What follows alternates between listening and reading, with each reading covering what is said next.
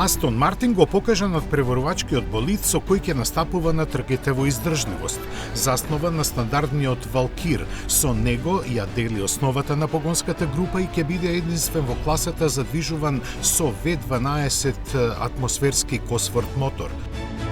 Во согласно со правилата, заедно со хибридниот систем ќе развива 680 конски сили. На трките во Европа ќе има традиционалната зелена ливреа, додека во американската серија ќе настапува обоен во сино-црна комбинација. За битка со конкуренцијата се подготвени два тима на кои во текот на сезоната ќе им се придружи и трет. Од компанијата засега се воздржани околу очекуваните резултати, но сигурно освојувањето на фамозната 24 часа Ле Ман им е една од желбите.